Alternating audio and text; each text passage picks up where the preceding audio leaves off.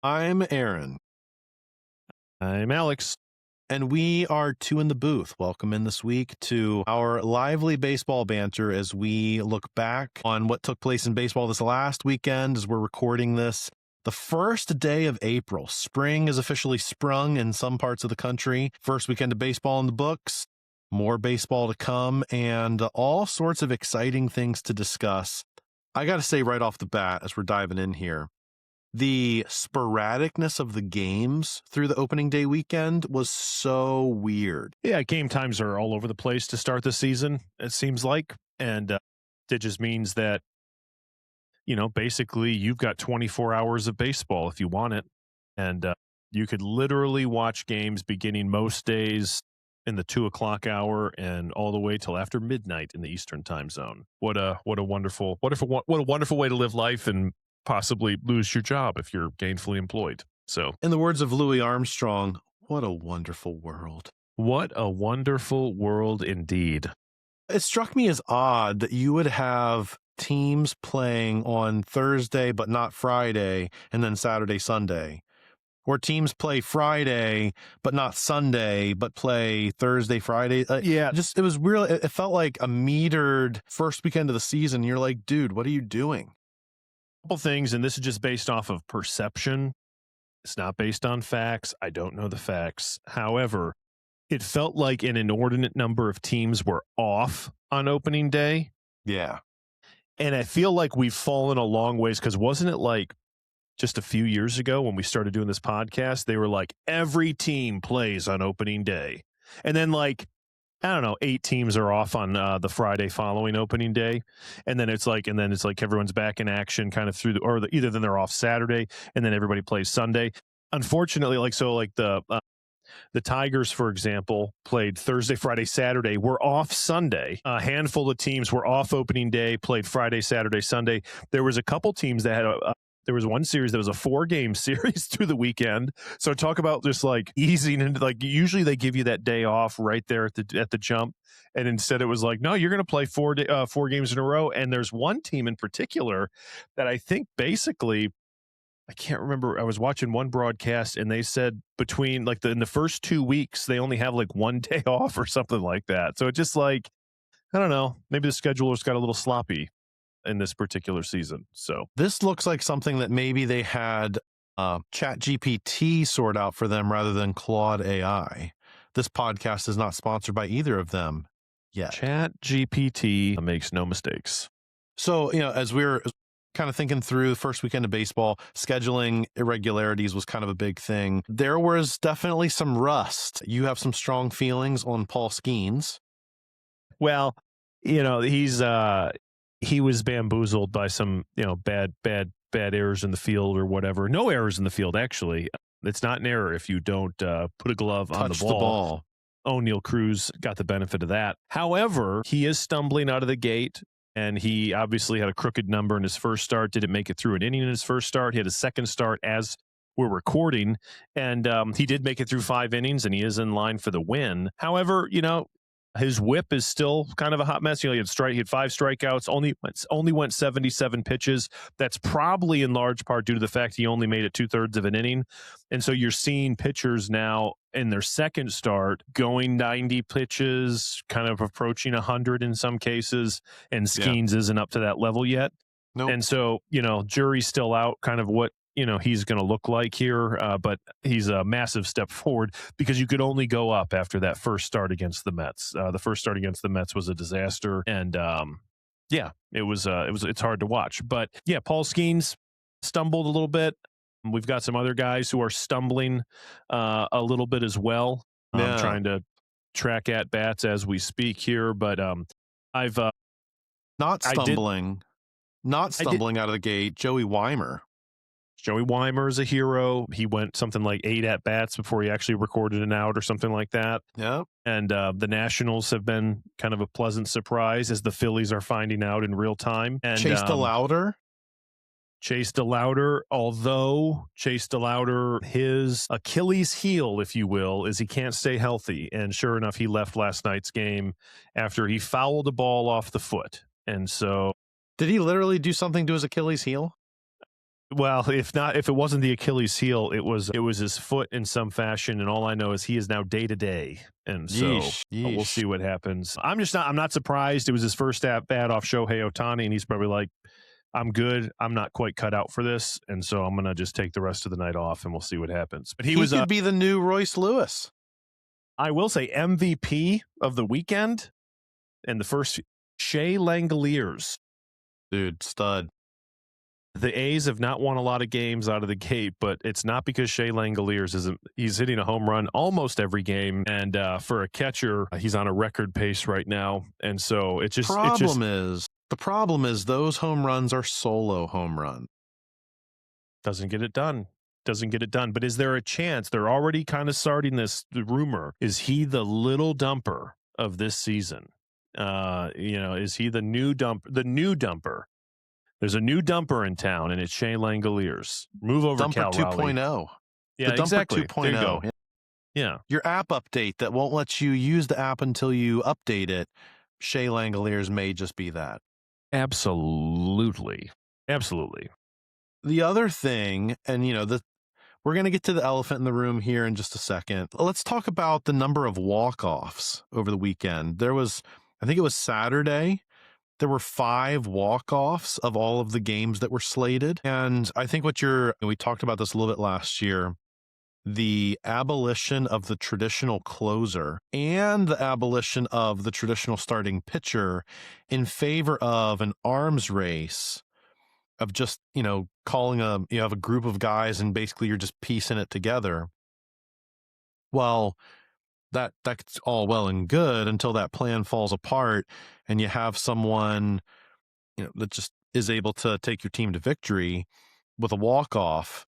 And I thought one of the highlights of that some of our faithful listeners were privy to was the Braves walking it off against the Royals on Saturday night. Dom Smith hitting a go-ahead grand slam less than 2 weeks after his mom had passed away from cancer. And it is storylines like that provide like the humanity. So it's not just Braves win in walk-off fashion. The circumstances surrounding the player who hit the walk-off grand slam just kind of adds value to the grand slam on top of the 4 runs. Yeah, I don't want to speak ill of the dead or anything like that, or look for storylines where we've got family members passing away or whatever as a contributing factor to what happens on the field. However, it makes for good baseball, makes for good watching when there's walk-offs like that. I don't know, it does make you long, the arms race, the bullpen by committee or whatever. It does make you long for the days where, Trevor Hoffman would come out of the bullpen, or, Mariano Rivera would come out of the bullpen, and you just knew, like, hey, dare I say Emmanuel Clase, Todd Jones even. Todd Jones. Yeah, you just want that guy who's going to, everyday Eddie Guardado, from the Minnesota Twins, who's going to come out and actually, batten down the hatch. And instead you're just like, yeah, maybe we got Will Vest on the mound today, and Will Vest isn't on his game today because it's not Tuesday. Well, I did feel the effects of that. Unfortunately, he's rostered in one of my fantasy leagues and still present tense because I'll give him a couple more chances, but may not be soon. Yikes. That's all I got a vested interest in Will Vest. By the way, did you see the news that broke today? In regards to Iran? Wander Franco. No, I didn't see the news that broke regarding Wander Franco. Is he in jail now? What's the deal? Wander Franco totally exonerated of all charges pertaining to any and everything that he has ever done. He, reporting back to the Rays, he is going to start a minor league assignment, basically like delayed spring training, should be with the team end of May. What day is it today? April Fool's, my bad. That's right. Oh, that's right. Okay. My gosh. Okay. Yeah. Speaking. Can't trust anything anybody says. Well, you brought up Emmanuel Clase, so that kind of opened the door for me. That did open the door. All right. Elephant in the room, automated ball and strike system. Yeah. It was so good. So bad. It was bad. There was one umpire in particular that I think has job security issues going forward. I don't really know how this particular umpire can recover from this. 8 pitches overturned, 2 in a row on 3-2 counts, or on 2 strike counts to the same batter. And you're like, man, if that happened in any other industry, you messed up 8 times in the course of your shift. And, like you would think you would be walking out of that place of employment with a pink slip. Yes. Apparently, you get an opportunity to move from home plate to first base. And even then, still have issues. Maybe he needs to go on light duty to the replay center. Yeah, that even makes you nervous. I am not sure like how this plays out well over the course of a season. So like there was a scene last night, and it was in the Tigers-Arizona game where you have like the pitch getting overturned. It's 1/10 of an inch low or whatever, and it was called a strike, and it was actually converted to a ball, and he ended up working a walk. It was Kerry Carpenter at the bat, and then you have like the umpire at first base who's like making jokes about the call, and it's just like it just seems like a weird spirit on the ball diamond between the umpires. But then also you've got the situation, and the most egregious of the situations here is that CB Buckner appeared to like punish who was the batter, Trevor Story twice.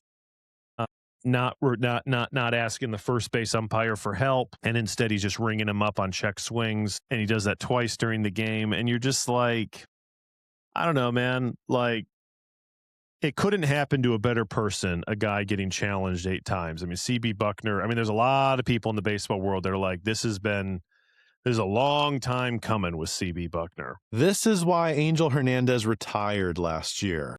But this is where crazy stuff happens, and you don't want to condone bad behavior here. But it's like when stuff like this happens, this is how people not only do you have like players getting thrown at times, this is where you get umpires thrown at and stuff like that. Like it's just because it's just like there's too many variables here of pride being hurt behind the plate. You have umpires, especially old guard umpires, who are like, they're not the new school, whatever kind of next generation ump. There's a lot of pride that goes into, the duty behind the plate and like the unwritten rules of baseball. Well, the unwritten rules of baseball have been thrown in the garbage. And so it's like, how are you going to adapt now? And yeah, CB was a bad look. I was watching another podcast where it's like, yeah, he got challenged 8 times, but he missed 20 calls. 20 calls. And so you're like, that's crazy. And then on top of that, he's stepping into another lane that's not the home plate umpire's responsibility. He's now ringing guys up, and it feels vindictive. Well, okay, so he does have the recourse as the home plate umpire to not ask for help. If he's convinced that the batter went, he doesn't need to consult the first or third base umpire. He can if he wants to, and more often than not, that's the default. But if he feels like he doesn't, there's no doubt the batter went, he doesn't have to appeal to first or third. The catcher can ask him to. He doesn't have to. But I think it's a bad look when he doesn't, and it's an appeal that's close. Especially the timing of it. I mean, it was a part of a game where like 8 separate times he had referred to the umpire. And the second time with Trevor Story in particular was after he's already been shown up, getting challenged like 3 pitches in a row. Yeah.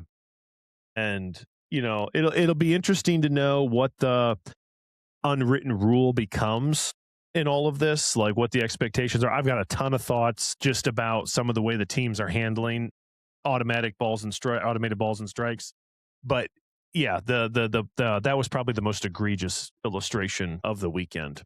It's interesting because it's kind of added a whole nother layer of strategy into the game. Like last night, I'm watching Phillies Nationals, and within the first inning, the Nationals used both of their challenges.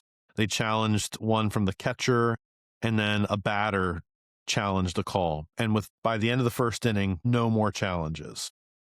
And it was interesting listening to the Phillies play-by-play. They brought that fact up at least a half dozen times through the rest of the game. They're like, oh, that's a close pitch. They can't even challenge it anymore either because they're all out of balls and they're all out of ABS challenges. So it's just an interesting strategy now of like, we're okay conceding that the umpire missed the call, but it's really not that big of a deal because we can't really do anything about it. Like, I feel like that's like the new middle ground of like, boy, he really missed that call. Man, the other team should have challenged it. Oh, well, they don't have any more challenges. All right, well, I guess it's a ball then. It just, that level of strategy in terms of who on your team can challenge, who on your team by no means should challenge. And then the other wrinkle that I heard the other night as I was watching the Tigers and the Diamondbacks is you have pitchers and batters who adjust their helmet or cap after every pitch. Yeah. And it almost looks like they're tapping, to get the pitch challenged. And you're like, how many times? I don't think it's happened yet, but how many times is it going to take for a pitcher, batter, catcher to accidentally challenge because they went to rearrange their cap and the umpire thought, oh, yeah, you're initiating a challenge? Well, not only that, you have when I saw this live, the batter turns back. Was that low? Did you have that low? And then he turns his mic on. It's like, no, I'm not challenging.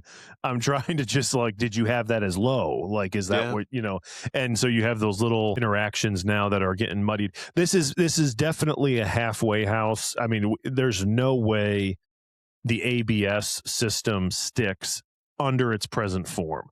It's gonna go to automated balls and strikes on every call. Like, it just has to happen. So it will. I heard a good counter over the weekend, and that either that or has to go away.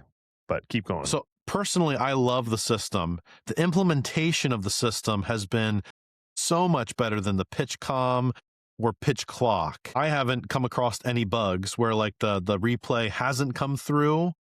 Maybe that's because it's brought to you by T-Mobile, the official sponsor of ABS.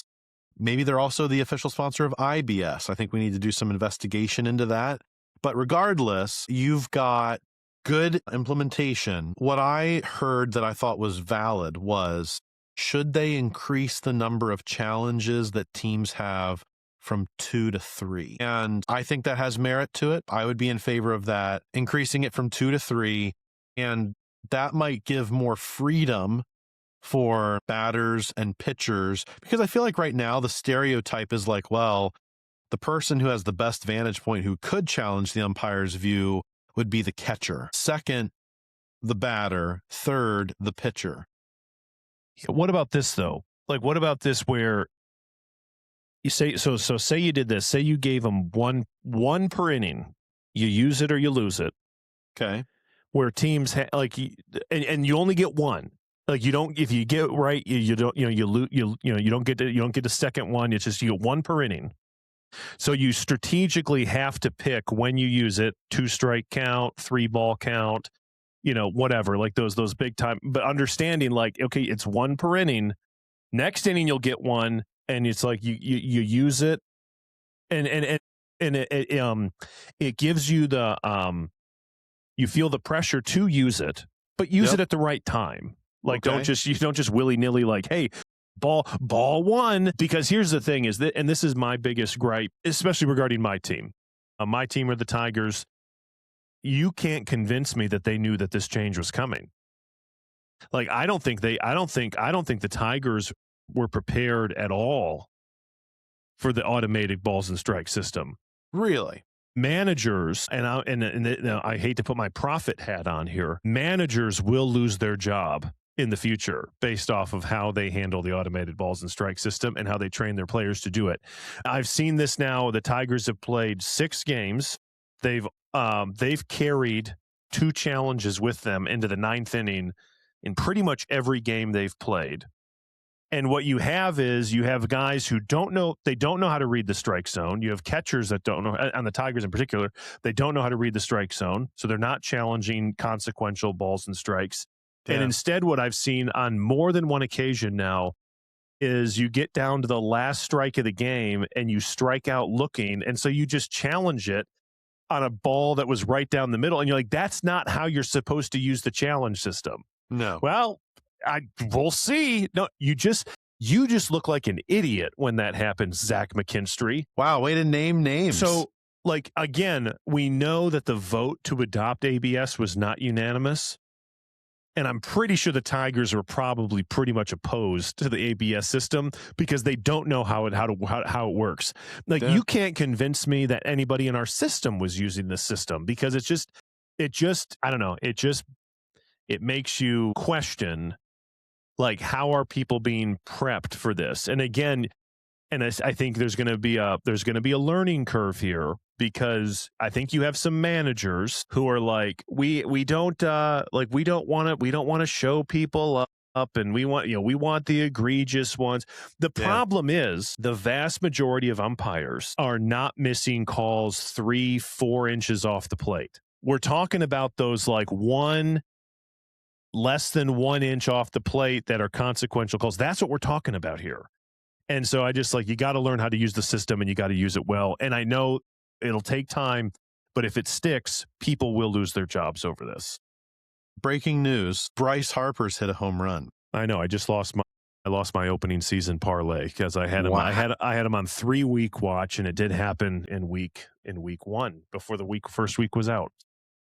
Well, congrats to Bryce Harper. That brings your average up to 125. And stud. You are a massive stud. Well, you want to know who's a stud right now, and this should make everybody and their brother nervous in the whole American League. As of right now, I am happy to report Yordan Alvarez is happy and healthy. And that brother is raking right now, and he's batting .425, and he's got a couple home runs, and he's hitting extra base hits every game.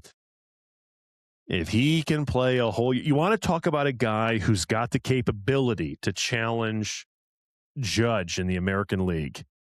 He could be a guy that could do that if he can play a whole season. If he can't play a whole season, it won't happen. But I just... he's got two more hits today. Anyway, but... All right, congratulations. I'm happy for you with Bryce Harper. So have you seen the standings recently? Well, yeah, I see them multiple times a day. Who's the best...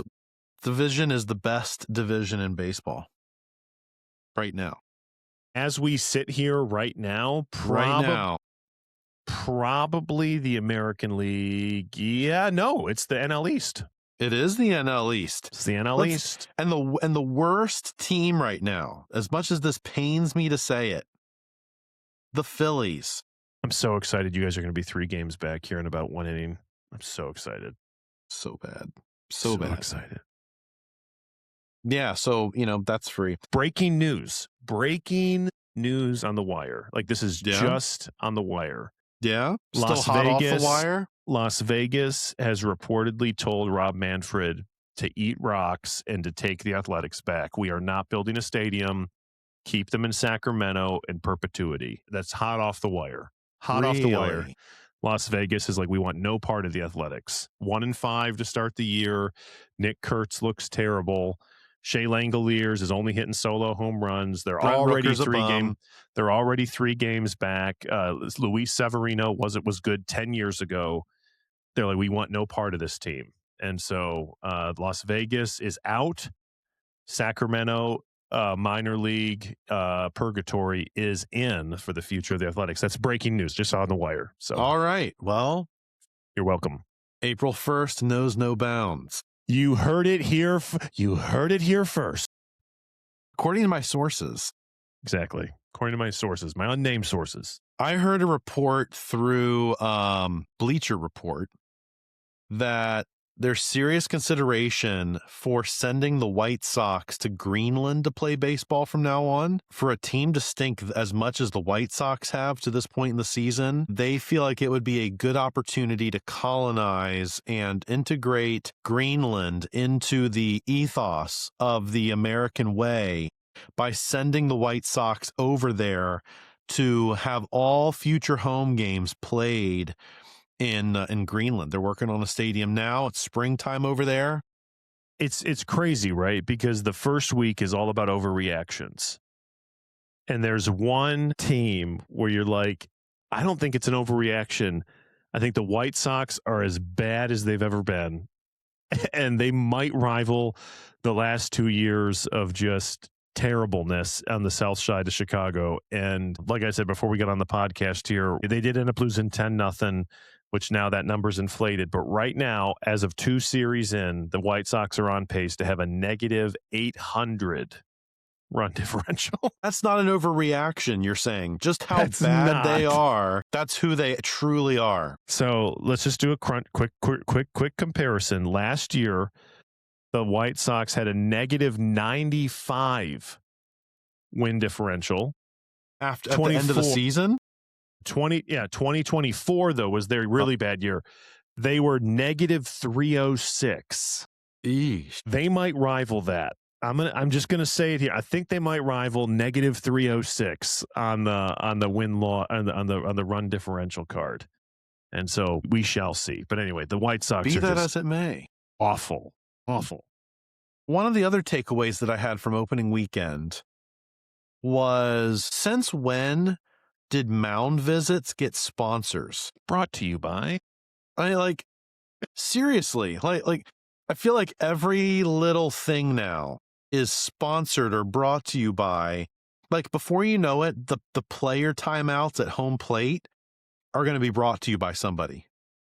This timeout at the plate is brought to you by whatever. This mound visit is brought to you by whoever.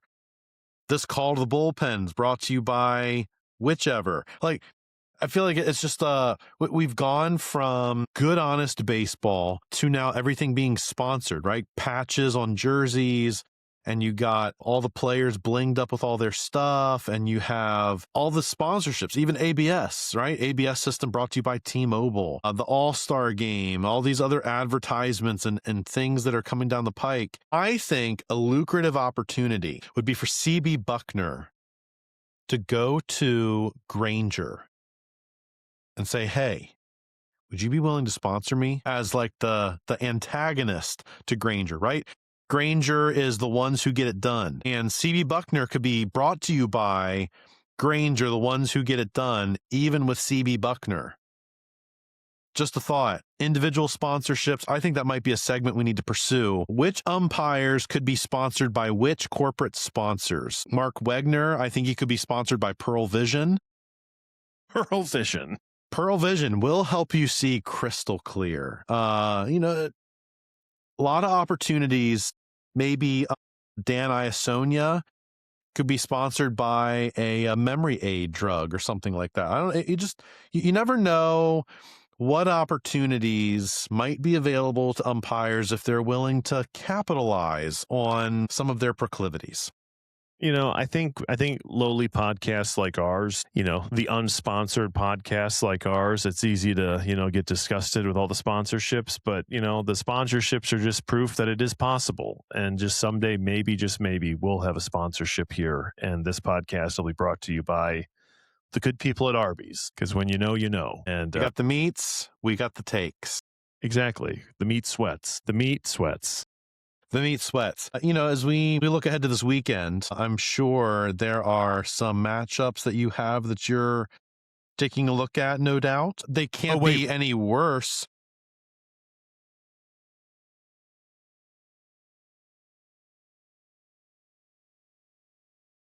Dun-dun-dun, dun-dun-dun.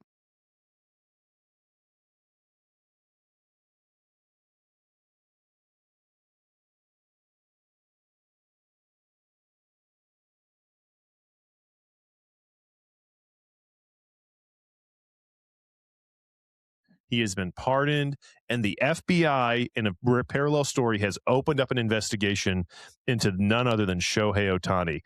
Good grief. This seems like fake news. I don't even want to report it because I have not verified my source yet. I don't even want to say that. But Ippei has been pardoned, and the FBI is investigating Shohei Ohtani for illegal gambling. You heard it here first.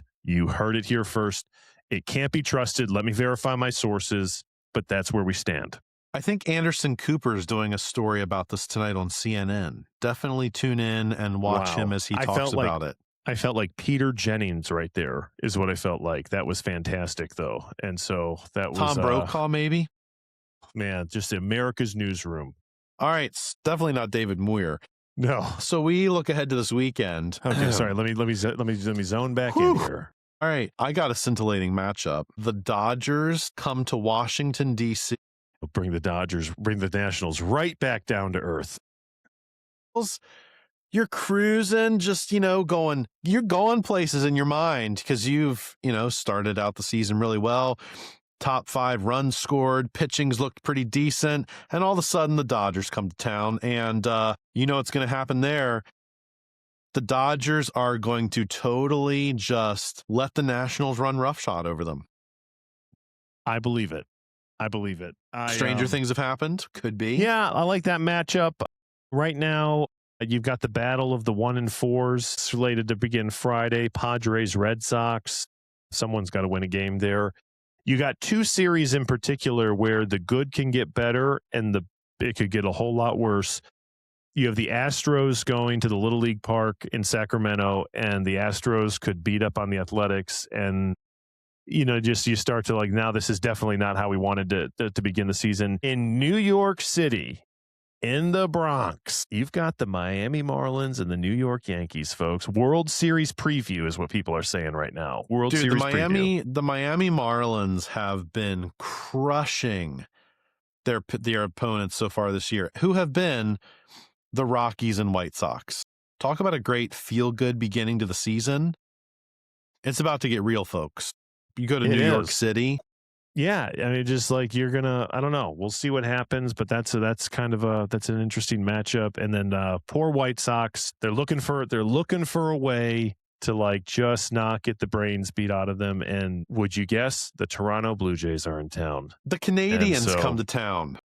The Canadians come to town. So we are looking forward to that matchup as well.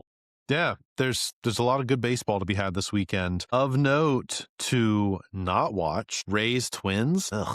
2 and 3, 1 and 3. You got some good baseball already. An AL West matchup. You got Mariners Angels. If the weekend goes accordingly, I plan to be in attendance at Sunday Night Baseball. Sunday Night Baseball in Detroit, 7:20. The Cardinals are in Detroit, and so I'm planning to be in attendance there. And I will say this. What are you talking about? Sunday Night Baseball. Breaking news, just hot off the wire. The White Sox Blue Jays has been moved to Sunday Night Baseball from Greenland. Okay. Don't mess up my weekend plans. Because I will say this. It's only one weekend, and so my sample size is very small. I love the concept of Sunday Night Baseball on NBC. Yeah. Love the concept. It's on network television, or it's on local television. It's not on cable.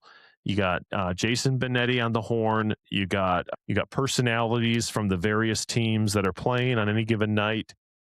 Man, it's a great concept, and it takes I just like the best that is Sunday night football and kind of Monday night football, and it gives it's a national broadcast for the little guy out there in America. It's a polished vibe. Yeah. And dude, we got to talk about Jason Benetti another time, man, because I think he is just the cream of the crop right now for broadcasters. Absolutely, Jason Benetti's the play-by-play guy for the Tigers. If you get a chance to tune into a Tigers broadcast, do it, if for no other reason, to listen to Jason Benetti and pair him with the color analyst for the Philadelphia Phillies, John Kruk. Not only that, it just when you're blowing a 4-run lead in the 8th inning, when you have Jason Benetti bedside, it's digestible. It's digestible. He's the antacid that makes your stomach woes go away. So can I just close with one? I want to give a shout out to baseball in general. Dear baseball. So I did the unconscionable the other night when the Tigers were getting their brains beat in. I turned over to an NBA broadcast for the Detroit Pistons. What? And this is what makes the NBA just unwatchable, in my opinion. And the same goes for the NFL in this particular lane. The Pistons were playing the Oklahoma City Thunder. Those are basketball teams, by the way.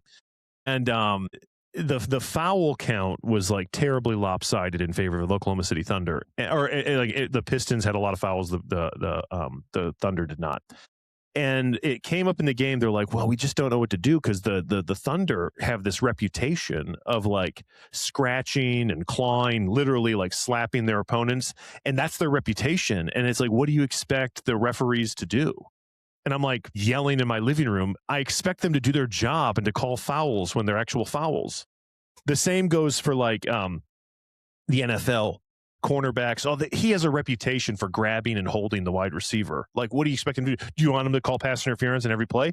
Well, if he's committing pass interference on every play, I want him to do that. And whether it's with the ABS system or some of the other tweaks that have been made to the game, baseball is a beautiful game because there's fewer and fewer opportunities for shenanigans like that to be part of the game.